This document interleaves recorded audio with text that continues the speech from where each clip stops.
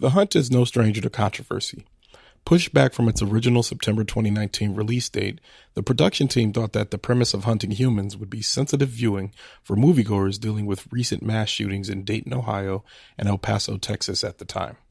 After being shelved for a while, controversy brewed again as conservative outlets condemned the film as being liberal elitist propaganda, with even the president weighing in via Twitter. With barely a week in theaters before being pushed to digital streaming platforms due to social distancing, we can now decide for ourselves what the fuss was all about. I'm Ronald Young Jr., and I'm on the couch.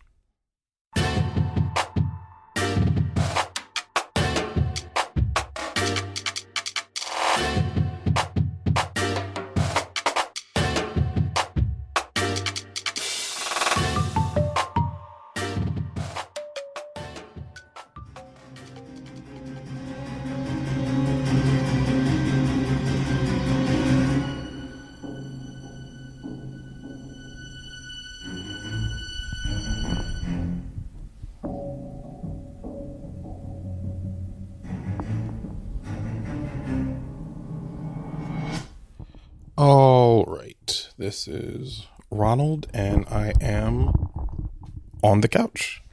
Just got finished watching The Hunt, and let's see, let me pull up my notes here. The Hunt, directed by Craig Zobel, written by Nick Cuse and Damon Lindeloff, starring Betty Gilpin, Ike Barinholtz, Emma Roberts, Hilary Swank, Justin Hartley, Glenn Howerton, and a lot of other people. I'm not going to go down the entire list because it is a pretty big cast, and in some cases it's hard to recognize who to actually note is in the movie, because in some cases it almost feels like what they're doing is a cameo in some cases. And when I say that, I mean like they've been in the movie such a short period of time that it was like, oh, but did you really need to be referenced for this? That was really a starring role. But anyway, lots of controversy surrounding this movie as it came out. And I mentioned this at the top, but it came out at the same time of two mass shootings in El Paso and Dayton. So people were very hesitant about going to see this movie. That being said, now that I've seen it, I kind of have mixed feelings about that. One, because I think that gave the movie a little more power than it actually had. This is a movie that thinks it's saying something deep. So the premise of the movie is that there are liberal elites that bring a bunch of, quote, normal people to a farm or to a manor in order to hunt them for sport. So essentially you've got the liberal elites on one side and the, quote, deplorables on the other. So it's a,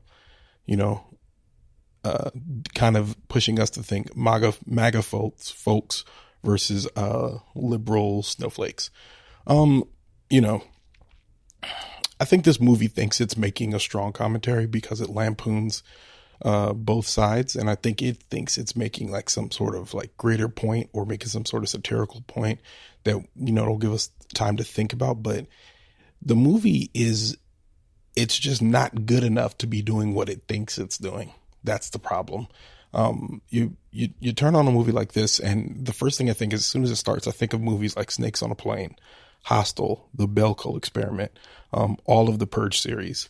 And you think about, so first of all, it's a crazy premise, and all of those movies have crazy premise. Snakes on a Plane, it's like, what is this about? Snakes on a Plane. That's a little more straightforward, and actually take Snakes on a Plane out of this.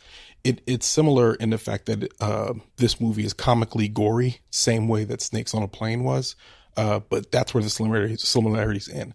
Let's think about Hostel, The Belko Experiment, and the Purge movies. The Belko Experiment is a movie about a bunch of office workers who all work in an office who are ordered to kill each other, and then the rest of the movie is them trying to kill each other. The Purge movies are about one day a year in the new world order of the United States. People are allowed to do all kinds of crime in order to get out of their system. So one day all crime is legal, and it really turns into more of a story about how rich people are killing poor people and how that's really what the Purge is about. And then Hostel is about, a bunch of rich people killing whoever they want in some fraternity that they're doing overseas somewhere. So it's in that same vein what they're doing here. It's the same thing, like, hey, let's a bunch of rich and or elite folks killing a bunch of regular folks. Other than that, this movie it's not saying much. And I think that's the problem. Like there's a few times where you can tell the writers of the movie have some funny things to say about liberals and conservatives, but it's too narrow.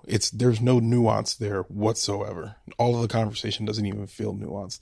It makes all the liberal elites to be like, kind of like, whiny. I mean, just basically what you would expect a snowflake to be lampooned and sound like. They're like talking about, somebody says the word guys and someone says guys and this woman responds, huh? And he goes, oh, I'm sorry. I didn't mean to be gendered. And it's just a lot of like apologetic behavior, overly inclusive. And when I say overly inclusive, I mean in the way that, if you hang out with a lot of liberal folks, you'll find that there's this place we go where there's really no room for forgiveness if people mess up or say things that they don't intend to, or say things that may be considered ignorant, and then somebody comes and kind of scolds them for it, and then they scold other people, and then there's just kind of like a cycle of scolding each other about what we're doing wrong or what people are doing to each other, whether something be transphobic or fatphobic or ableist, so it's all things, it's meant to kind of be, there's that, virtue signaling. It's a lot of that.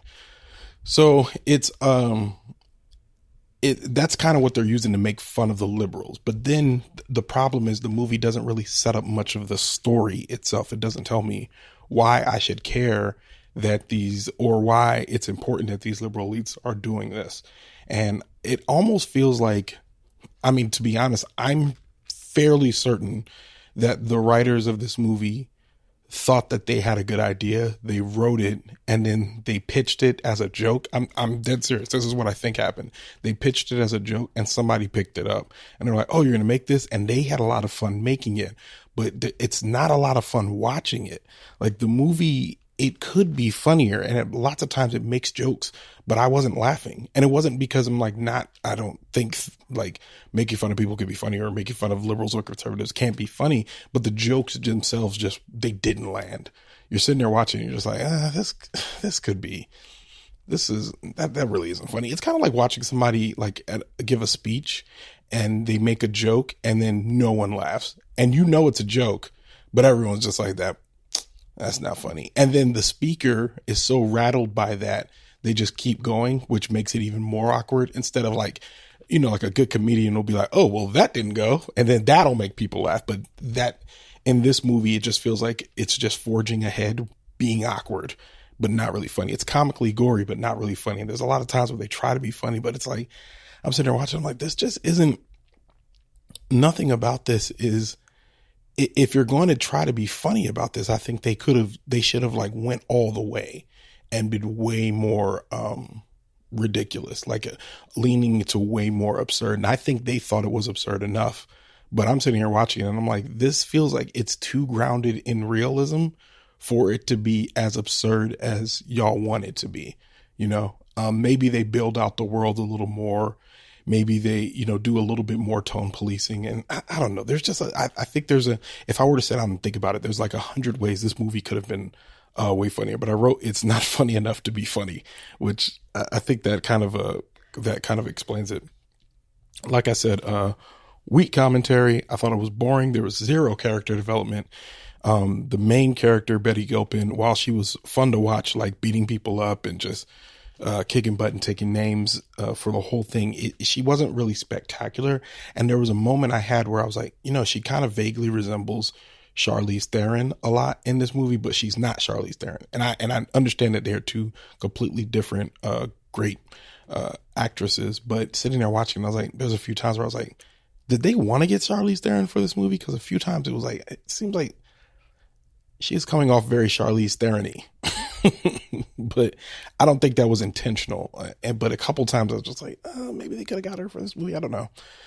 I think just to touch back on the Purge movies, I think the Purge movies do a better job of taking themselves seriously enough that the premise of it, you take the premise seriously, and you take that the movies are taking themselves seriously enough that you buy into it. You buy into that world, even though those movies aren't great and they could be a lot better, but you buy into it a little bit. With this movie felt like, it just felt lazy. It felt like the writing was lazy. It felt like the direction was lazy. It just felt like nobody really, hey, there's a doggy.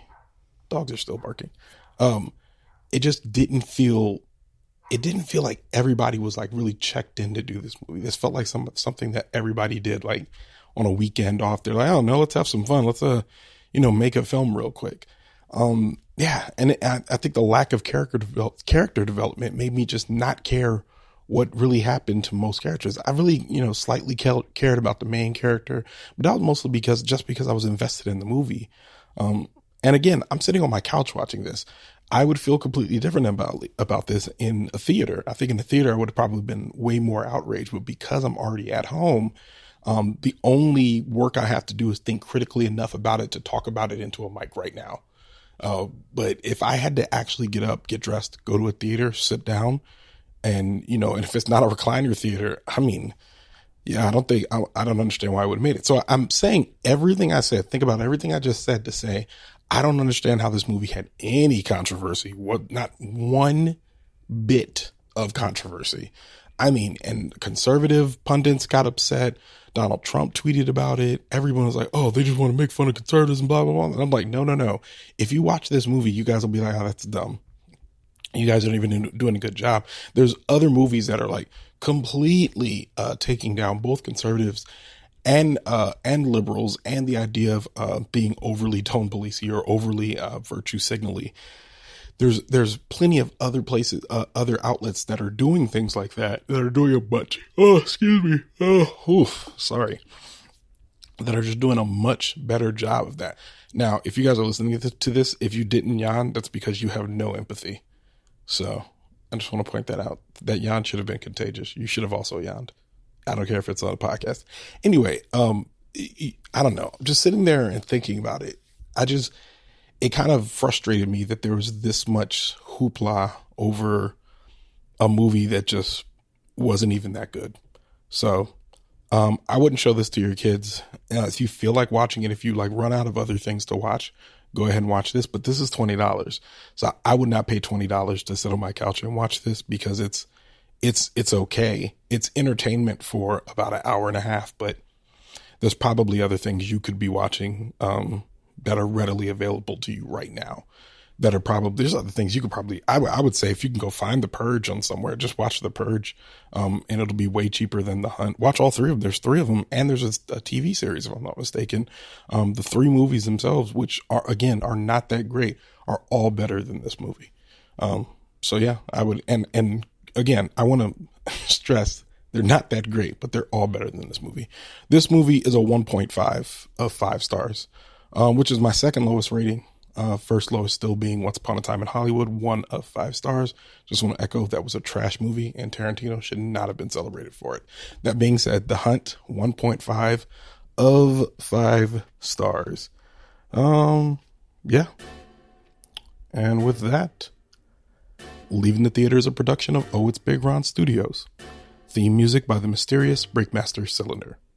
To find out more about this show and other ohitsBigRon Studios shows, follow me on Twitter and Instagram at ohitsBigRon. That's at ohitsBigRon. If you like this show, check out our If you like this show, check out our sister show, Time Well Spent. Leaving the Theater will be back soon, but until then, I'll be here on the couch.